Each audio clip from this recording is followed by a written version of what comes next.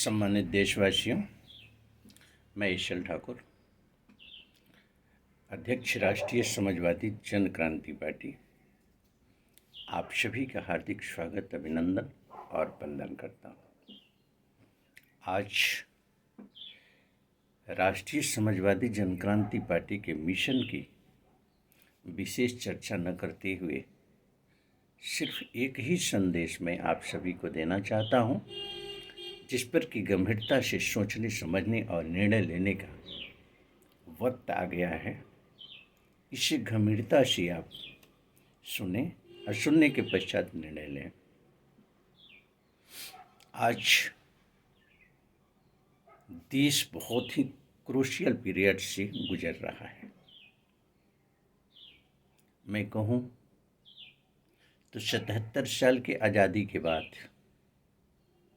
कुछ गतिविधियां ऐसी है जो कि पूर्व में कभी नहीं हुआ करती थी।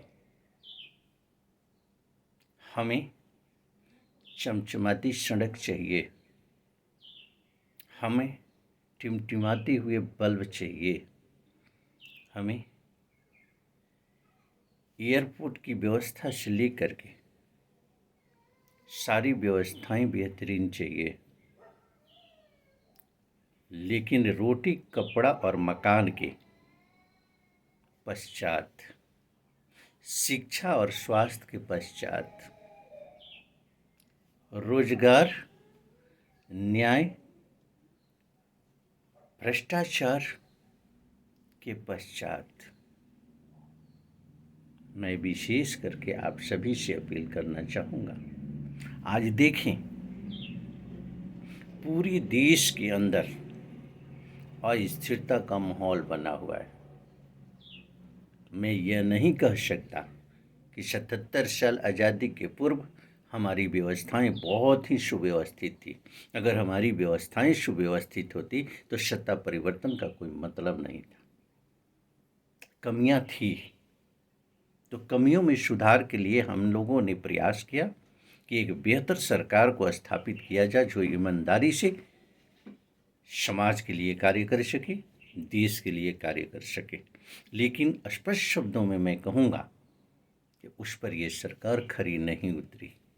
जैसे हमारी देश की तमाम एजेंसियां हैं जो इन्वेस्टिगेशन के नाम पर खाना पूर्ति करने का कार्य करती हैं, इन्वेस्टिगेशन के नाम पर दमनकारी नीतियों को अपना करके मानवीय मूल्यों की हत्या करने का प्रयास करती है, सामाजिक ताना बाना को अस्त व्यस्त करने का कार्य करती है। वहीं एजेंसियां, मैं कैसे कहूं कि देश के लिए हितकर है। आज जिन एजेंसियों के विषय में हम जानते हैं, चाहे वो सीबीसी के रूप में हो, सीबीआई के रूप में हो, ईडी के रूप में हो, विजिलेंस के रूप में हो, तमाम इस तरह की एजेंसियां हैं जिसमें विसंगतियां हैं, लेकिन विसंगतियों में कहीं सुधार की कोई पहल नहीं हो पा रही है। पहल हो भी तो कैसे? मैं तो ये जानना चाहता हूं कि कौन ऐसा अधिकारी है जो कि चोटी पर बैठा हुआ ये नहीं जानता है कि करोड़ों करोड़ों अरबों रुपए खर्च होते हैं चुनाव के दरमियान। ये पैसे कहाँ से आते हैं और कहाँ खर्च होते हैं? कोई अधिकारी इस पर जवाब देने के लिए तैयार हो जाए, बता दे देश की जनता को। देश की जनता जानना चाहती है कि पैसे कहाँ से आते हैं और कहाँ खर्च होते हैं। ये जानना चाहती है कि राजनेताओं की संपत्ति हो या भ्रष्ट अधिकारियों की संपत्ति हो, दिन दूना रात चौगुना कैसे बढ़ जाती है। आय से अधिक संपत्ति के मैटर को लेकर के जिस समय एक मोमेंट देश के अंदर चला था 2010 से लेकर के 2011 तक, पूरी शक्तियां लग गई उस आंदोलन को तोड़ने के लिए। उसी आंदोलन के पैदा हम सब भी हैं। आज वो ज्वाला आज सुलग रही है। आंदोलन खत्म नहीं होता है, आंदोलन टूटता है, आंदोलन बढ़ता बनता है, बिगड़ता है, लेकिन आंदोलन समाप्त नहीं होता है। उस आंदोलन की आग हम सभी के दिलों में है। तथा कथित उस आंदोलन से निकला हुआ व्यक्ति अगर अपनी आचरण को लेकर के, अपने विचारों को लेकर के अगर दूषित वातावरण के अंतर्गत राजनीति करना शुरू कर दिया, इसका मतलब ये नहीं कि आंदोलन से जुड़ा हुआ प्रत्येक व्यक्ति उसी विचारधारा का होगा। राष्ट्रीय समाजवादी जन क्रांति पार्टी इस विचारधारा को लेकर के बहुत ही प्रबल प्रयास कर रही है। जिस विचारधारा को लेकर के पूरे देश के अंदर आंदोलन खड़ा हुआ था, वह आंदोलन था अन्ना हजारे का, वह आंदोलन था एंटी करप्शन ब्यूरो का। बहुत ही शर्मसार स्थिति उस समय हो गई देश की, जबकि सारे राजनीतिक दलों में से कोई एक दल नहीं था, कोई एक राजनेता नहीं था जो खुल करके कहता कि मैं जन लोकपाल का समर्थन करता हूँ।